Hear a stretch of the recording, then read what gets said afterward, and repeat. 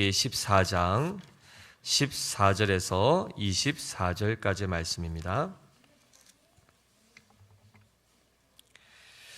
본문의 내용은 14장 1절부터 시작되지만 시간 관계상 14절에서 24절까지만 봉독하겠습니다. 하나님의 말씀입니다. 아브람이 그의 조카가 사로잡혔음을 듣고 집에서 길리고 훈련된 자 318명을 거느리고 단까지 쫓아가서 그와 그의 가신들이 나뉘어 밤에 그들을 쳐 부수고 다메섹 왼편 호바까지 쫓아가 모든 빼앗겼던 재물과 자기의 조카 롯과 그의 재물과 또 부녀와 친척을 다 찾아왔더라. 아브람이 그돌라 오멜과 그와 함께한 왕들을 쳐부수고 돌아올 때에 소돔 왕이 사회 골짜기 곧 왕의 골짜기로 나와 그를 영접하였고 살렘 왕 멜기세덱이 떡과 포도주를 가지고 나왔으니 그는 지극히 높으신 하나님의 제사장이었더라. 그가 아브람에게 축복하여 이르되 천지의 주제이시오 지극히 높으신 하나님이여 아브람에게 복을 주옵소서. 너희 대적을 내 손에 붙이신 지극히 높으신 하나님을 찬송할지로다 하매 아브람이 그 얻은 것에서 10분의 1을 멜기세덱에게 주었더라. 소돔 왕이 아브람에게 이르되 사람은 내게 보내고 물품은 네가 가지라.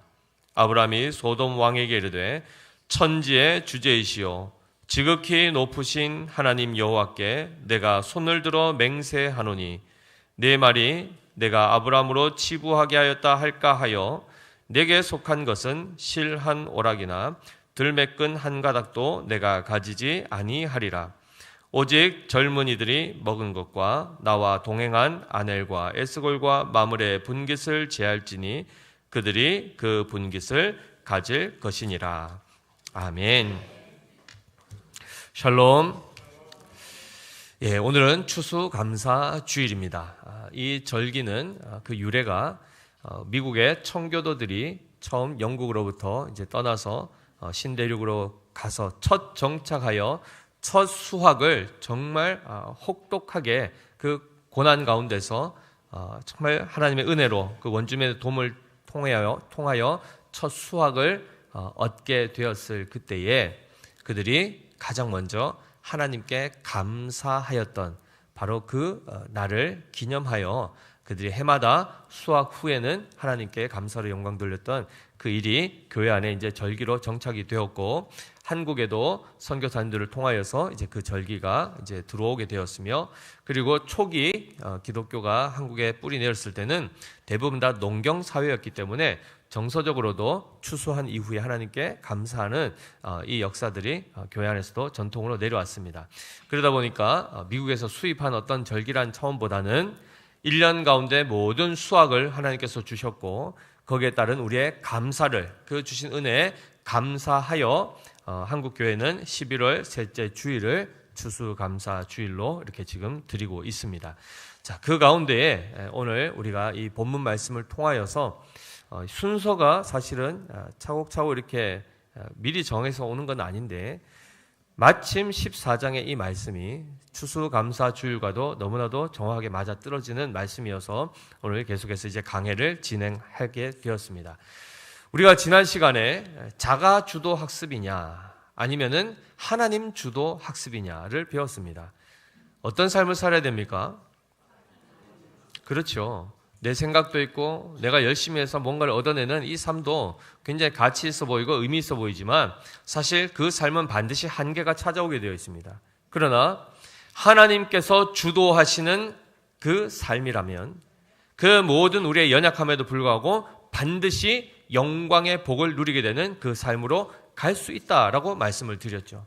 그래서 아브라함이 바로 하나님이 주도하시는 삶, 하나님이 이끄시는 대로 순종하며 따라가는 삶을 지금 살아가고 있음을 우리가 확인했습니다. 자, 그 가운데에 오늘은 사실 14장에 왔을 때 엄청난 사건이 일어납니다.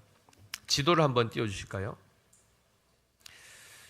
첫 번째 장면을 보시면 여기 큰 지도인데 지금 저기 파란색 글씨로 아래쪽에 되어 있는 네 지역이 나오지 않습니까? 소돔, 고모라, 소알, 아드마, 스보임 해서 지금 저기가 가나안 지역입니다. 가나안 땅. 아브라함이 약속으로 받은 바로 저 땅에 여러 왕들이 함께 이렇게 머물고 살아 있었는데, 오른쪽 동편에 보시면은 북쪽부터 해서 고임, 그 다음에 엘라살, 그 다음에 시날, 엘람이라고 하여 붉은색으로 되어 있는 국가가 나오죠. 저기 왕들의 이름이 쭉 나와 있습니다. 그 가운데 특별히 제일 오른쪽 하반에 보시면 엘람 왕 그돌라 오멜이라는 사람이 나오는데, 저 지역이 바로 아브라함이 처음에 갈대아 우르에 살았던 바로 그 지역을 다스리는 그 왕입니다. 그런데 보니까 국제 정세상 지금 저기 빨간색으로 되어 있는 그 나라들이 연합국입니다. 한 연합국이었고, 지금 파란색으로 되어 있는 가나안 지역에 있는 사람들도 각자 살고 있었는데, 12년 동안 파란색이 빨간색을, 즉 파란색 나라들이 빨간색 나라 가운데 특별히 엘람 왕 그돌라 오멜에게 조공을 바치고 있었습니다. 한마디로 속국이었다는 거죠. 그러니까 저 당시에 누가 패권을 잡고 있습니까? 엘람 왕이 패권을 잡고 있었고, 모두가 다 거기에 귀속되어서 조공을 바치고 있었는데, 12년 동안 잘 조공을 바치다가 가나안의 저 족속들이 이제 그만하자라고 된 겁니다.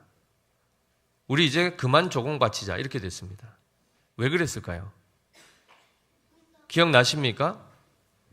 기분이 나빠서가 아니고 당시에 가나안 땅에 무엇이 임했죠?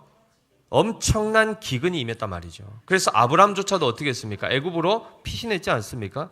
그러다 보니까 이거는 아브람만의 문제가 아니고 저 당시 가나안 지역에 엄청난 기근이 오니까 당장 자기들 먹고 살 것도 없는데 조공을 어떻게 바치겠습니까? 그러니 불가피하게 실제로 조공을 바칠 수 없는 상황이 되었고, 경제적으로 어려움이 닥치자 이 모든 그 이전에 했던 그 삶을 더 이상 이어갈 수가 없는 상황이 된 것입니다. 그러니 조공을 받던 입장, 엘람 왕 입장에서는 어떻게 했습니까? 기근이 온 거는 너네 사정이고 내한테 바칠 거는 바쳐야지, 이런 생각이 안 들겠습니까? 그리고 이제는 조금 느슨해지니까 이들이 또 살 이렇게 반란을 꾸미고 있구나 해서 어떤 생각을 가졌겠습니까? 가서 다시금 받아야 될 것들을 받아오며 동시에 포갑으로 다시금 그들을 또 한번 좀 살 눌러줘야 되겠다는 생각이 들지 않겠습니까? 그래서 지금 빨간색으로 되어 있는 바로 이 네 왕들이 연합을 이루어서 전쟁을 하러 옵니다. 그래서 다음 사진 넘겨주십시오. 북쪽으로부터 해서 아브라함이 왔던 그 경로 그대로 지금 이 엘람 왕부터 해서 모든 그 동방의 네 왕들이 연합을 이루어서 연합군이 지금 쳐내려오고 있습니다. 밑으로 쭉 내려오다가 소돔 고모라를 지나서 아래쪽으로, 그리고 더 가데스 바네아 쪽까지 해서 다시 올라가는 중에 어디를 치게 되냐면 바로 소돔과 고모라, 즉 아브라함의 조카 롯이 있는 그 땅을 점령하고 지금 회군을 하는 그 과정이 바로 14장의 이 이야기입니다. 자, 그러자 14절 한번 보실까요? 자, 12절에 우리 읽지 않았지만 한번 먼저 보시면은, 소돔에 거주하는 아브라함의 조카 롯도 사로잡고 그 재물까지 노략하여 갔더라, 이렇게 되어 있습니다. 자, 이 소식을 도망한 사람이 이제 전하게 되는데 13절에 보시면, 도망한 자가 와서 히브리 사람 아브라함에게 알리니 그때 아브라함이 아모리 족속 마므레의 상수리 숲을 근처에 거주하였더라. 마므레는 에스골의 형제요 또 아넬의 형제라. 이들은 아브람과 동맹한 사람들이었더라. 그 주변에 있는 사람들과도 동맹을 하여 잘 지내고 있었는데 이 소식을 들은 겁니다. 그러자 14절에 어떻게 하죠? 아브람이 그의 조카가 사로잡혔음을 듣고 집에서 길리고 훈련된 자 318명을 거느리고 단까지 쫓아가서라고 되어 있습니다. 지금 잘 보십시오. 엘람 왕, 시날 왕, 그 다음에 엘라살 왕, 고임 왕, 그리고 그들과 지금 누가 전쟁하냐면 스보임, 아드마, 그 다음에 소알, 고모라, 소돔, 이 5 가나안 연합군이 지금 전쟁을 한단 말이죠. 아브라함 사실 여기에 직접적인 피해자는 아닙니다. 그런데 지금 국제적인 지금 전쟁 가운데에 아브라함이 지금 자기 조카 롯이 포로로 잡혀갔다는 소식을 듣고 이 전쟁에 지금 참여하려고 한단 말이죠. 자, 엄청난 이 군사들 사이에서 진짜 고래 싸움에 새우 등 터질 상황입니다. 누가 새우입니까? 아브라함이 지금 새우 입장입니다. 지금 양대 그 큰 고래가 동방과 서방이 지금 붙고 있는 상황에서 결과적으로는 지금 이 가나안 연합군이 어떻게 됐습니까? 동방의 그 네 연합군에 의해서 지금 점령을 당했습니다. 그래서 다 져서 패해서 모든 재산이 다 지금 재물까지 빼앗겨 가고 있는 중에 롯도 포함돼서 같이 갔단 말이죠. 한마디로 가나안 연합군이 졌단 말이죠. 연합국이 졌는데 아브라함이 이길 수 있습니까? 엄청난 대군이 패했단 말이죠. 그런데 아브라함이 감히 318명 데리고 가가지고 뭐 하겠다는 겁니까? 그런데 지금 보니까 어떻게 됐습니까? 그가 엄청난 결단을 내리죠. 이거 자칫하면 어떻게 되죠? 롯은 구하기는커녕 자기도 죽을 수 있는 겁니다. 그리고 아내며 모든 애굽에서 얻었던 그 재물까지 다 어떻게 되죠? 다 잃어버릴 위기에 있습니다. 이거 도박이죠, 어찌 보면. 오히려 그냥 모른 채 했으면 그냥 롯은 뭐 안타깝지만 그렇게 잡혀가고 자기는 그냥 이렇게 생존해서 또 하나님의 약속을 이어가면 되지 않을까 이 생각을 할 수 있었는데 아브라함이 그렇게 안 합니다. 318명을 거느리고 어디까지 쫓아가는가 하면 단까지 쫓아갑니다. 가나안 땅의 제일 북부 지역. 그리고 거기서 더 어떻게 하죠? 15절 같이 읽습니다. 그와 그의 가신들이 나뉘어 밤에 그들을 쳐부수고 다메섹 왼편 호박까지 쫓아가 엄청나게 추격하는 겁니다. 지금 다메섹이면 저 위에 시리아 쪽 거기까지 올라가는 거죠. 이미 국경을 넘은 겁니다. 쫓아가서 어떻게 했습니까? 16절 모든 빼앗겼던 재물과 자기의 조카 롯과 그의 재물과 또 부녀와 친척을 다 찾아왔더라. 사실 이거 엄청난 사건입니다. 아브라함이 혼자서 이 일을 실제로 했는가? 그의 능력으로 이것을 감당했는가? 그럴까요?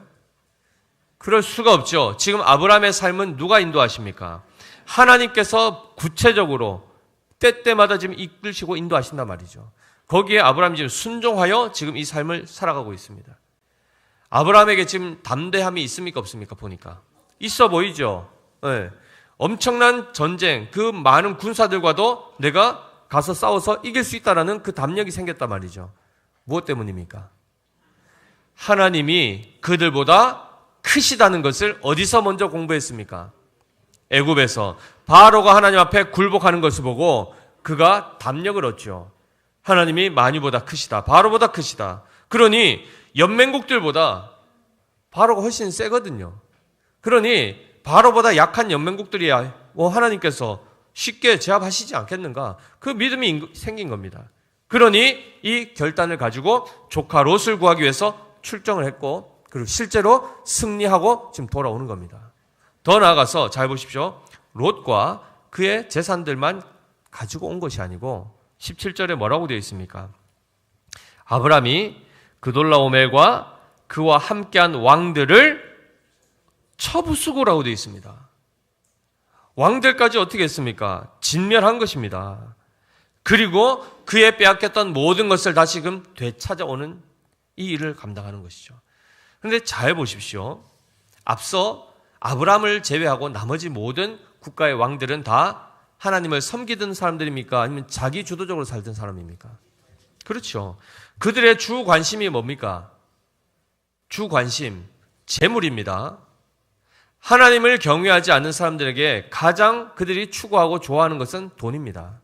지금도 마찬가지 아닙니까?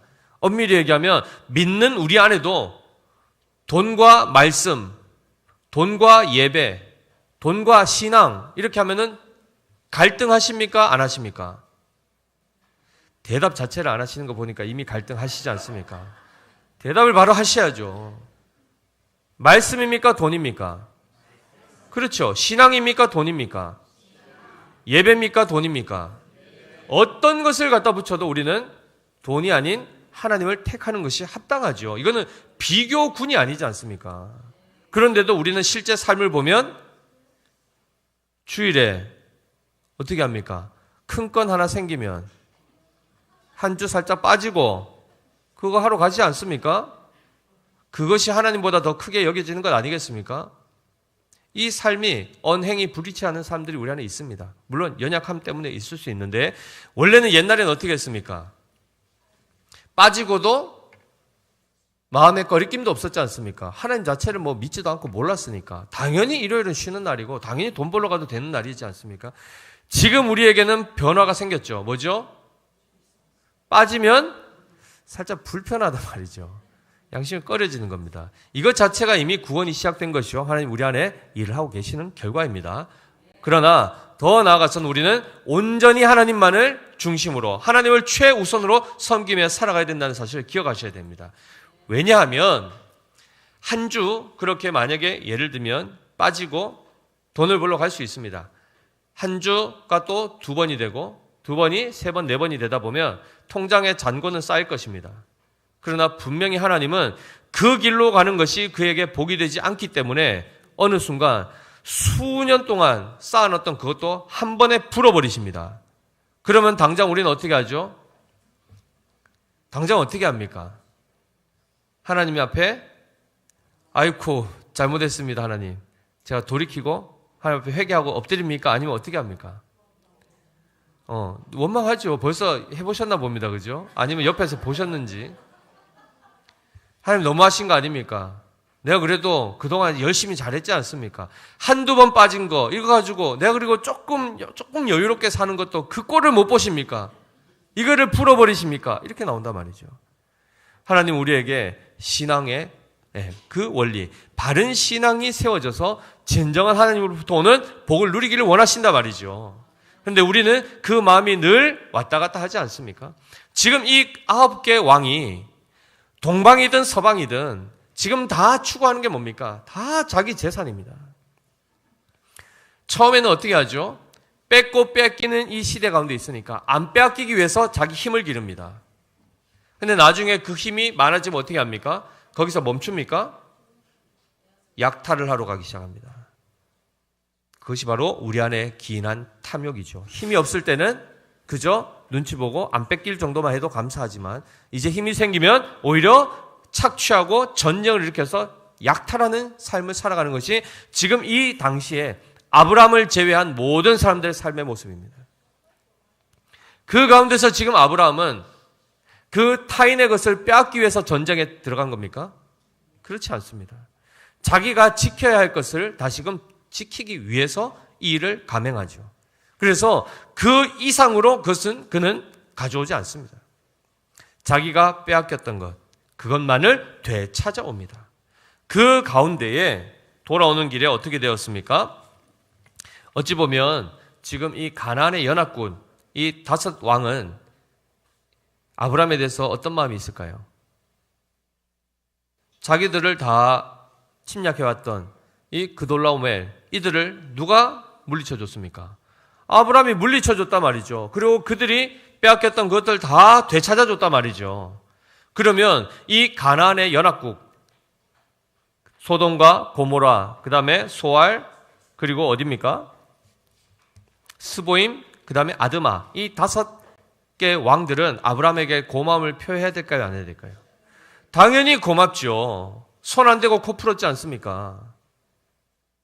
그 가운데 그래서 그가 돌아올 때에 보면은 소돔 왕이 그를 맞이하죠. 자, 처부수고 돌아올 때 17절 소돔 왕이 사회 골짜기 곧 왕의 골짜기로 나와 그를 영접하였다라고 되어 있습니다. 마땅한 태도이죠. 그리고 더 나아가서 21절로 넘어가서 보시면은 소돔 왕이 아브라함에게 이르되 사람은 내게 보내고 물품은 네가 가지라. 이 소돔 왕 입장에서 보면은 소돔 왕을 우리가 살펴보면 양심이 있습니까? 없습니까? 엄청 양심이 있죠. 그렇죠? 사람들, 빼앗긴 사람들만 목숨만 구해준 것만 해도 감사합니다. 나머지 재물은 다 아브라함 당신이 가지십시오. 엄청난 호의를 베푼 겁니다. 감사의 표를 잘 예를 갖춘 것이죠. 그런데 아브라함이 어떻게 했습니까? 22절 같이 읽어볼까요? 아브라함이 소돔 왕에게 이르되 천지의 주제이시오 지극히 높으신 하나님 여호와께 내가 손을 들어 맹세하노니. 무슨 맹세했습니까? 23절 같이 읽습니다. 네 말이 내가 아브라함으로 치부하게 하였다 할까 하여 내게 속한 것은 실 한 오락이나 들매끈 한 가닥도 내가 가지지 아니하리라.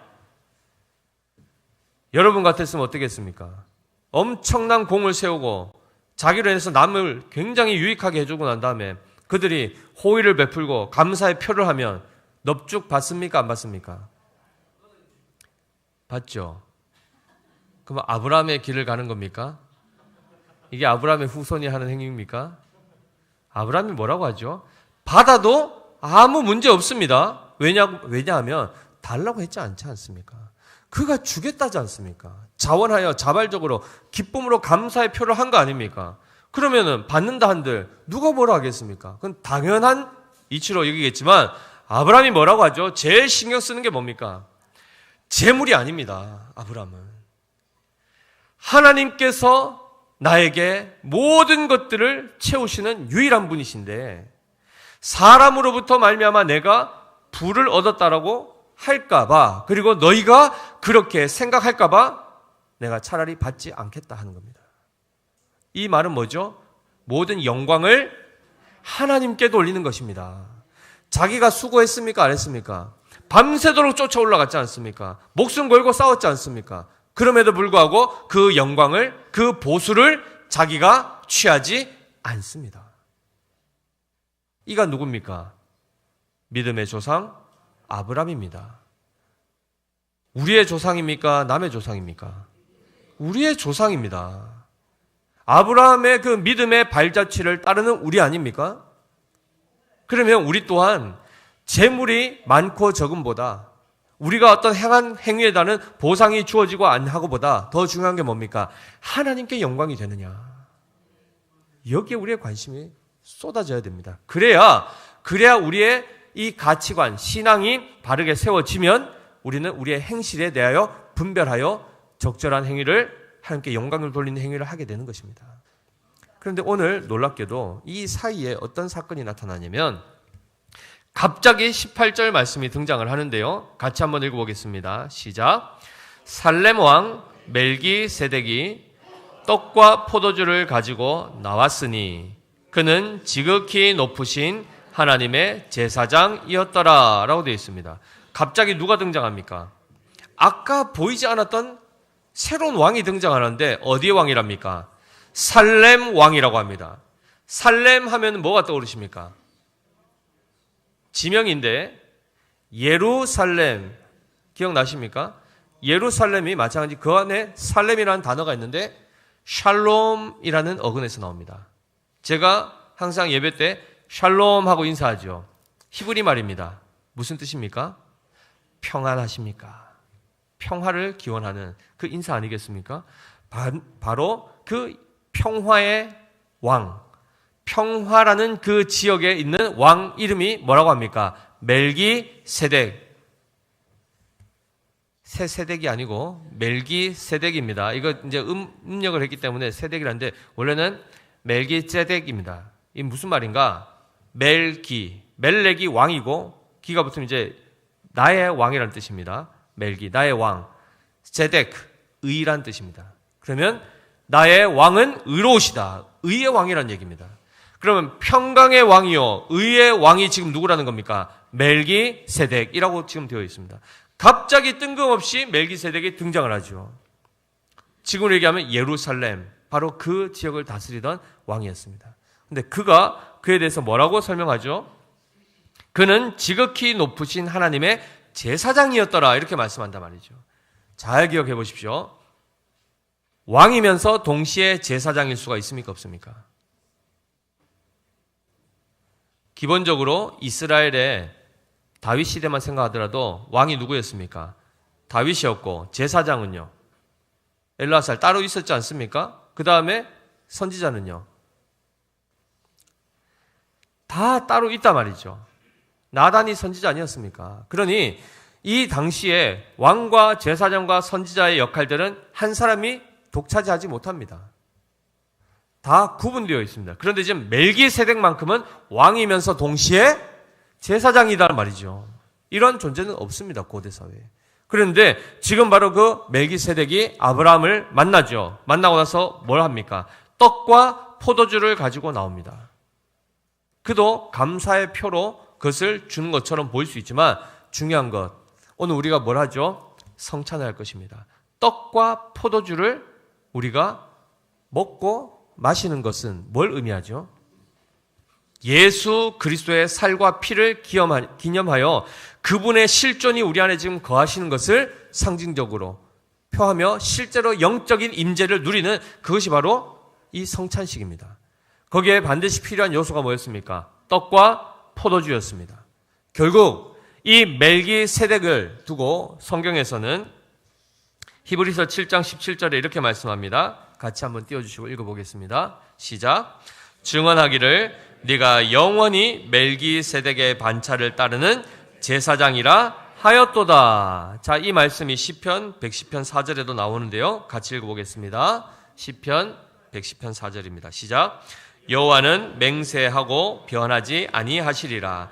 이르시기를 너는 멜기세덱의 서열을 따라 영원한 제사장이라 하셨도다. 누구에 대한 예언입니까? 예수 그리스도에 대한 예언입니다. 바로 이 예수 그리스도, 구약에서는 아직 육신을 입기 전이었기 때문에 성자 하나님, 말씀으로 계셨던 바로 그 성자 하나님이 지금 멜기세덱이 바로 그를 예표하는 한 인물로 등장하는 것입니다. 그가 등장해서 아브라함에게 뭘 줬다고요? 떡과 포도주를 주었습니다. 그러면 영원한 제사장이신 예수 그리스도께서 그의 백성들을 위하여, 믿음의 사람들을 위하여 뭘 주십니까? 떡과 포도주, 곧 자신의 살과 피를 나눠주시는 겁니다. 이것이 무엇이죠? 그의 죽으심으로 우리를 거룩한 백성 되게 하시고 죄로부터 건져내시고 영원한 생명 가운데 우리를 거하게 하시는 바로 그 원리가 이 자리에 나와 있는 것입니다. 이 본문에 그것이 담겨 있는 것입니다. 잘 기억해 보십시오. 지금 아브라함이 누구 구하러 갔습니까? 조카 롯을 구하러 갔습니다. 자기 피부치 구하러 갔습니다. 우리 주 예수 그리스도께서 목숨을 걸고 그 지옥문까지 가서 누구를 건져내십니까? 하나님의 택한 백성들을 건져내십니다. 이해되십니까?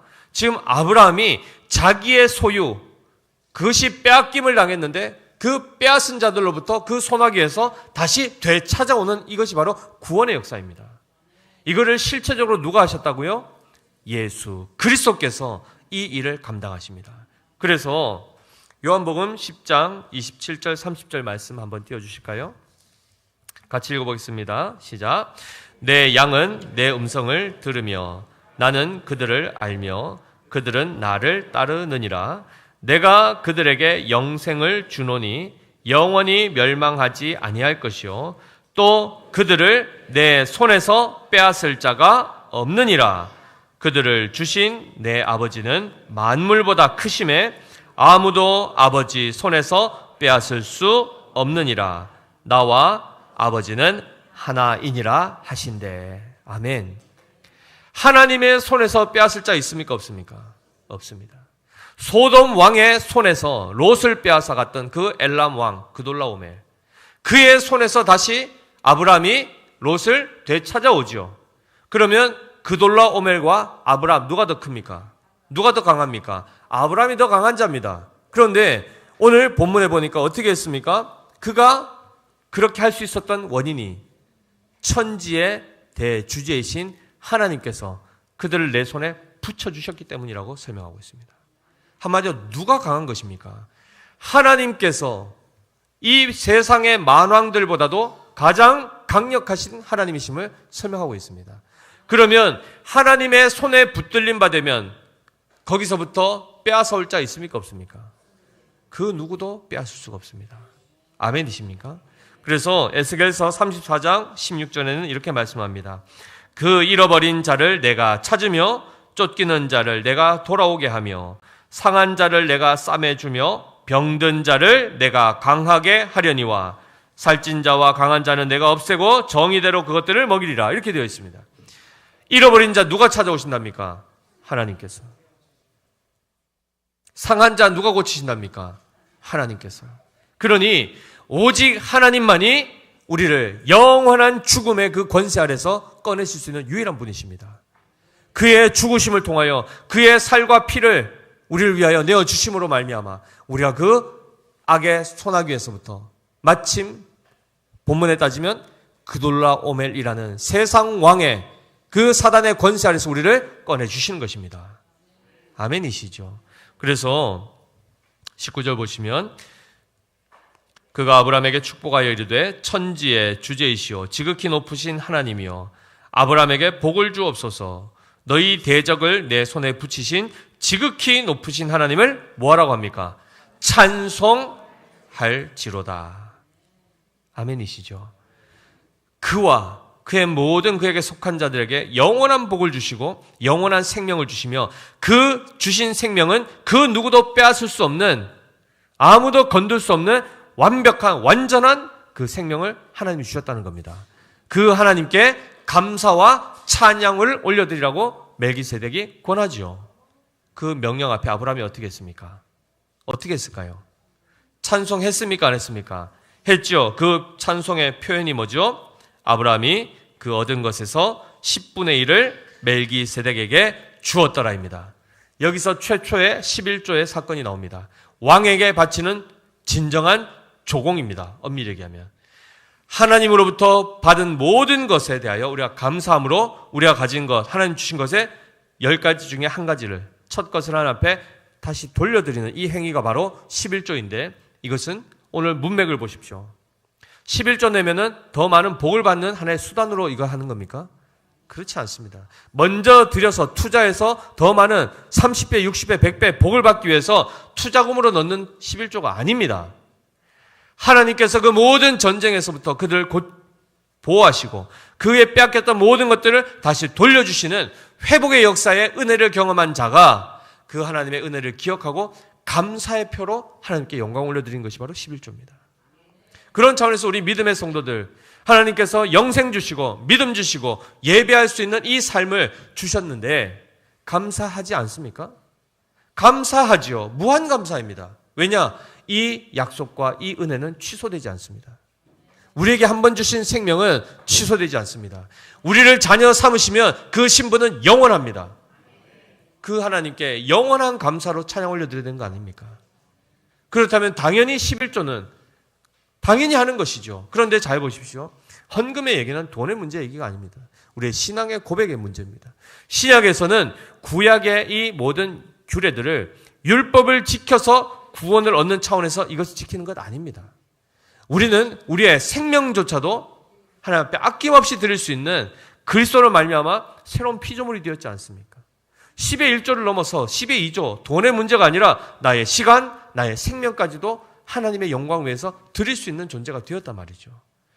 그러한 차원에서 제대로 하나님의 은혜를 경험하고 그 구원의 감격 안에 사로잡힌 자들은 하지 말라 해도 하나님 앞에 감사하게 되어 있습니다. 아멘이시죠?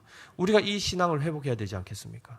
오늘 우리가 추수감사주일로 과거를 돌아보며 하나님께 감사할 때 제일 먼저 감사할 것은 구원의 감사입니다. 날 구원해 주신 그 은혜에 감사하는 것이고, 지금 우리가 또한 감사할 것은 죄에서부터 멀어지며 더욱더 우리가 의로워지고 하나님의 거룩한 백성으로 자라가고 지어져가고 있는 것을 인하여 감사하는 것입니다. 더 나아가서 영원한 복으로, 복의 근원이 누구십니까? 예수 그리스도. 바로 그 하나님께서 나와 영원토록 함께 하시고 내 안에서 떠나지 않으시고 나를 그 손에 꼭 붙드시사 모든 세상으로부터도 우리를 지켜 보호하신다는 그 사실로 인하여 우리는 감사와 찬양을 올려드리는 것입니다. 이 찬송이 천지의 주제가 되시는 지극히 높으신 하나님께 온전히 영광 올려드리는 우리가 되어야 될 줄 믿습니다. 이 찬송의 고백으로 오늘도 우리의 삶을 하나님께 드리며 앞으로도 영원토록 끊임없이 우리를 복주실 그 하나님께 늘 감사와 찬송으로 영광 올려드리는 우리 믿음의 교회 되시기를 예수님의 이름으로 축복합니다. 기도하겠습니다. 하나님 아버지, 은혜를 감사